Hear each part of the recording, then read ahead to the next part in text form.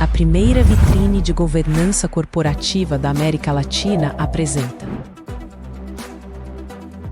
Boa noite a todos. Quero agradecer a oportunidade de estar aqui com vocês e o desafio de ser a última palestrante do dia, né? Depois aí dessa quantidade de informações e trocas que vocês tiveram aí ao longo da tarde, tá? Então, eu vou falar um pouco sobre a segurança psicológica nas organizações, mas antes eu tenho 4 pontos que eu quero trazer para a gente fazer esse link com a segurança psicológica.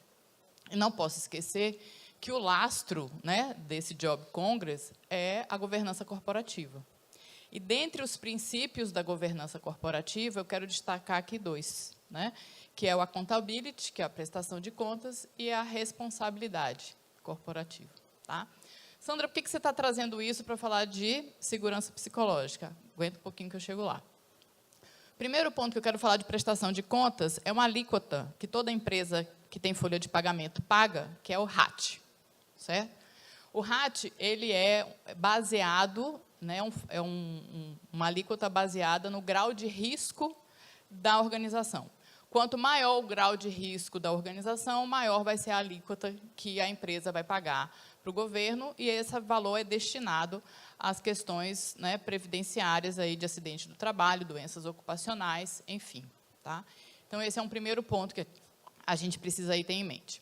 Aliado aí ao RAT, a gente tem o FAP, né, que é um fator que cuida dessa prevenção de acidentes e doenças ocupacionais. Esse fator, ele é individual, né, por empresa, porque vai depender do desempenho da empresa com relação ao trabalho que ela faz de prevenção de acidentes e doenças. Então, a empresa pode pagar mais ou menos, a depender de como for o desempenho dela, certo?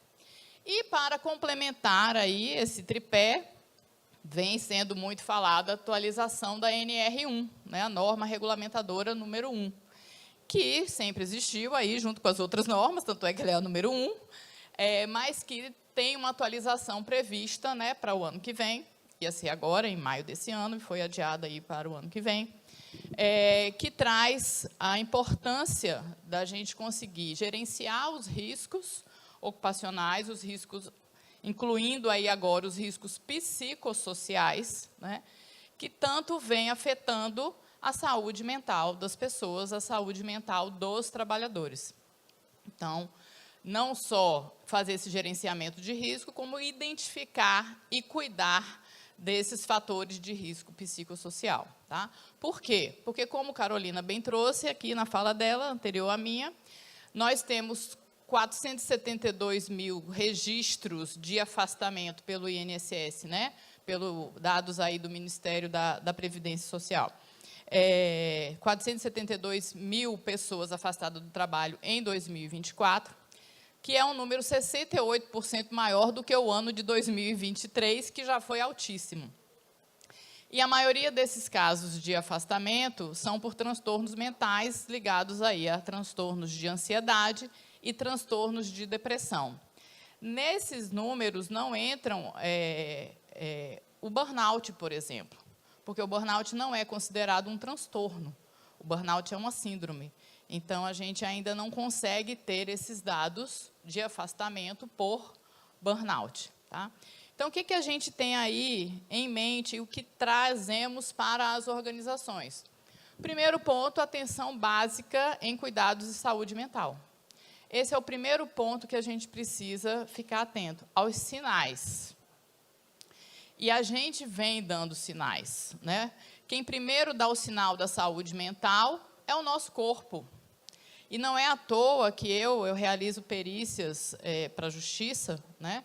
E é muito comum, muito comum na minha prática, eu ouvi o relato de pessoas que chegam lá para fazer a perícia e dizem, não, porque eu achei que eu estava tendo uma crise de ansiedade, porque eu fui parar na emergência, porque eu estava infartando, porque eu tremia meu corpo inteiro, então eu achava, ele achava que era tudo físico, menos algo ligado à questão emocional. Então, os sintomas da saúde mental, eles vêm, quando não vistos com o cuidado devido, eles vêm sinalizados no corpo. E, às vezes, já numa condição mais difícil ou mais demorada de tratamento, certo? Então, esse é um ponto importante, essa atenção que a gente precisa dar a isso. E o outro ponto importante é o diagnóstico precoce. E que, dentro da realidade das empresas, isso pode ser feito através dos exames periódicos, por exemplo. Toda empresa precisa fazer exames admissionais, exames periódicos, mudança de função, demissionais, e uma estrutura bem feita de exames periódicos, incluindo aí a avaliação de riscos e de fatores psicossociais, podem ajudar no diagnóstico precoce, tá? E a gente trabalhar, né, de forma tanto preventiva quanto tratativa aí desses sintomas, tá? Então, vamos chegar aí no nosso ponto, né? Por que a segurança psicológica entra nesse processo?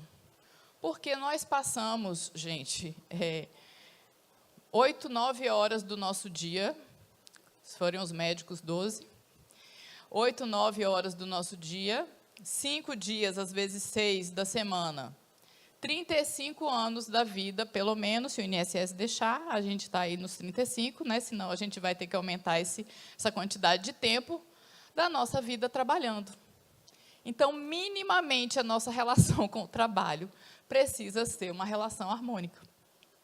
A gente precisa estar num ambiente que já não é um ambiente natural, o ambiente corporativo não é um ambiente natural, porque ele é um ambiente que é competitivo. Por mais colaborativo que seja, ele é um ambiente competitivo, porque as pessoas estão ali me observando em tempo inteiro. Eu sou, muitas vezes, remunerada pela minha performance, pela minha entrega. Eu tenho prêmios, eu tenho avaliação de desempenho, eu tenho uma série de fatores que fazem com que eu precise ser melhor o tempo inteiro. Então, esse ambiente corporativo, ele é um ambiente competitivo. E se a gente não souber lidar com essa situação, a gente entra no que a gente vai chamar aí de uma produtividade tóxica. Aquele excesso de cobrança, que muitas vezes, aliado ao excesso de autocobrança, gera o adoecimento. Então, quando a gente fala num ambiente psicologicamente seguro, né, e aí eu vou me remeter a uma época em que eu via as empresas se certificando pela qualidade e que colocava na parede da empresa lá, visão da empresa, missão da empresa, né? Ninguém, no final das contas, sabia, só decorava ali na época que o auditor chegava para poder responder à auditoria, né? Alguém já passou por essa situação aqui, eu imagino, tá? Segurança psicológica não dá para colocar um cartaz na parede. A segurança psicológica, ela precisa ser vivida, né? E ela também não acontece da noite para o dia, ela passa por estágios, ela passa por etapas, né? Então, a gente tem algumas etapas nesse processo da segurança psicológica, né? Eu preciso me sentir pertencido a essa instituição, a esse grupo que eu participo. Eu preciso me sentir confortável no meu processo de aprendizado, porque toda e qualquer pessoa que ela chega numa empresa, que ela muda de setor, que ela muda de atividade, ela tem uma curva de aprendizagem. Então, ela precisa se sentir confortável o suficiente para essa curva de aprendizagem. E, na maioria das vezes, a gente não se permite errar no ambiente corporativo, porque a gente está sempre com o olhar do outro em cima da gente. Eu não posso errar, o outro vai me julgar, o outro vai me avaliar, né? Se a gente não consegue introjetar que o erro faz parte do processo de aprendizagem, a gente não consegue também trazer contribuições. A gente não consegue trazer os desafios da inovação, né? Que é a gente sair daquela condição e provocar situações novas e diferentes. Então, a gente não vivencia o ciclo, a gente não vivencia aí os estágios da segurança psicológica, tá? E a segurança psicológica também, um ponto importante, ela não consegue ser uma determinação do CEO, uma determinação do presidente. A partir de hoje, temos segurança psicológica na organização, tá? Porque ela vai depender do indivíduo, dos grupos e da liderança. Cada um no seu papel. Então, se eu acolho o colega, se eu tenho um olhar de empatia, uma atitude de empatia para com esse colega, se eu também demonstro as minhas vulnerabilidades, né, eu começo, assim, a praticar a segurança psicológica. Certo? Se eu estou num grupo e esse grupo permite que todos possam falar e expressar a sua opinião, se esse grupo pratica o feedback com regularidade, né? Se as pessoas, né, se sentem confortáveis ali para poder trazer suas ideias, esse grupo está praticando a segurança psicológica. Porque, muitas vezes, o feedback ele só acontece semestralmente ou anualmente na avaliação de desempenho, ou quando você faz alguma coisa muito ruim, que alguém vem lá dar um feedback, né? Geralmente. Né? Então, a gente precisa praticar com regularidade o feedback, principalmente ações de reconhecimento e valorização, que é um papel importante do líder, né? Que também tem a sua função, não só de fazer isso, de valorizar e reconhecer, né? Mas também tem um que eu acho fundamental, um papel do líder que eu acho fundamental na segurança psicológica, que é comunicar de forma clara as suas expectativas com relação aos comportamentos que são esperados. Porque, quando a gente entra numa empresa ou num setor, a gente aprende logo as nossas metas. A gente é informado logo de quais são as nossas metas. Então, a gente já sabe qual é o que a gente precisa entregar em termos de números. Mas a gente não sabe o que a gente precisa entregar em termos de comportamento. Certo? Então, é importantíssimo o líder, né, praticar essa comunicação no sentido de dizer quais são os comportamentos esperados. É importantíssimo para o líder a modelagem, como a gente chama na psicologia, né? Ele ser aquele líder que inspire e que realmente traga esse ambiente psicologicamente seguro, para que as pessoas possam, né, se sentir, de fato, confortáveis em trazer as suas ideias e opiniões, né? E é importante o tempo inteiro essa troca, né? Esse momento em que a gente se sente ali um pouquinho, como Carolina falou, tem pessoas que têm dificuldade de relaxar, né? Então, é que a gente possa se sentir efetivamente um pouco mais relaxado e que haja um resgate, aí eu vou chamar de resgate, das relações, dos vínculos entre as pessoas, colegas de trabalho. Porque o que tem sido mais difícil hoje é a gente conseguir montar uma rede de apoio, principalmente uma rede de apoio dentro da instituição, uma rede de apoio no trabalho, certo?